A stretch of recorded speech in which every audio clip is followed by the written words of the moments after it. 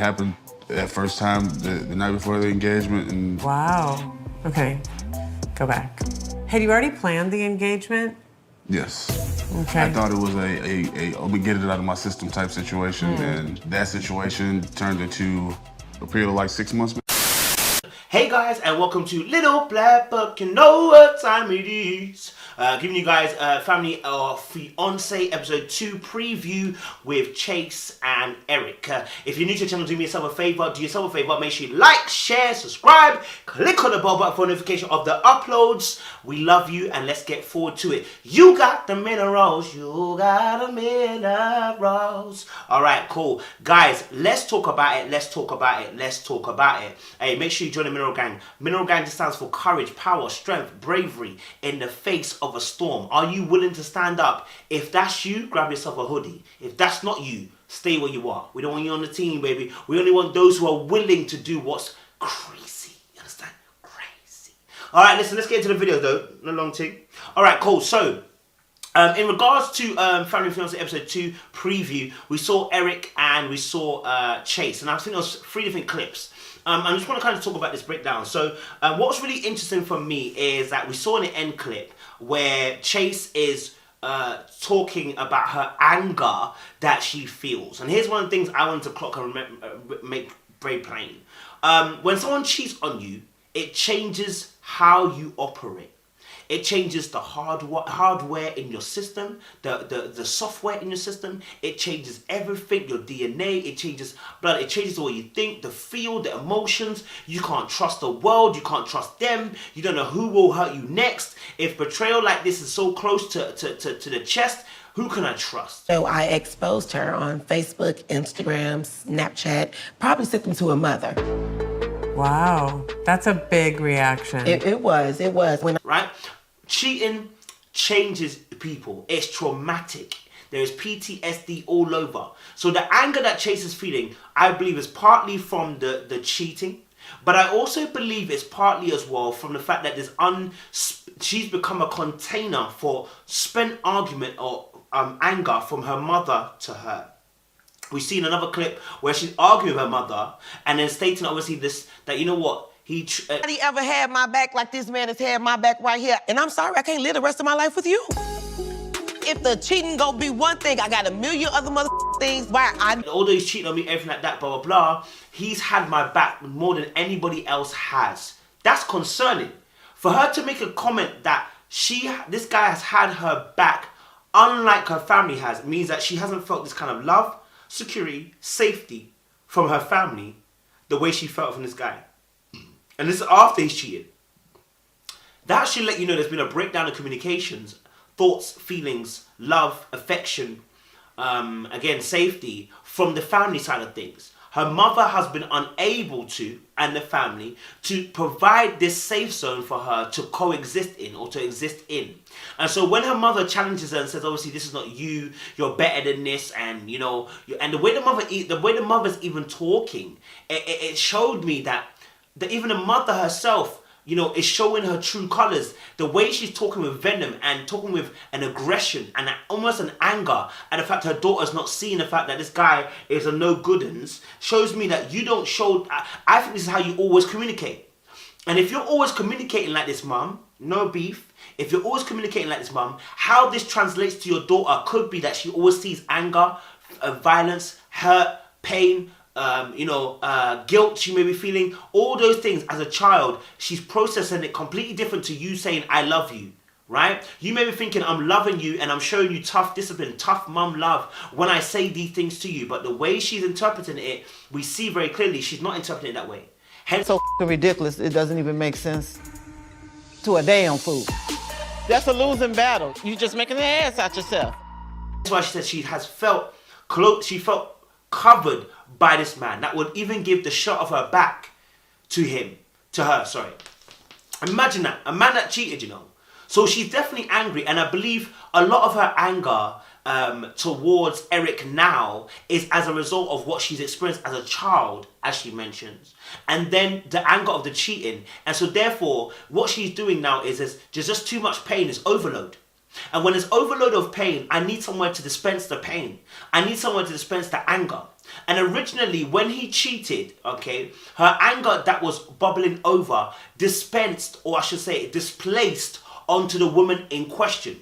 So the woman who slept with Eric got all the full force of her brunt of anger. So she decided to expose the girl on Facebook, Twitter, even though the girl might not have known, or even if she did, for her to expose a girl like that on, and that's revenge, that can be recast as revenge porn, by the way, guys. The fact that she would even expose this woman like that shows where her anger lies. And the fact that she was able to displace her anger towards the woman and not towards who it's meant to be intended for, Eric.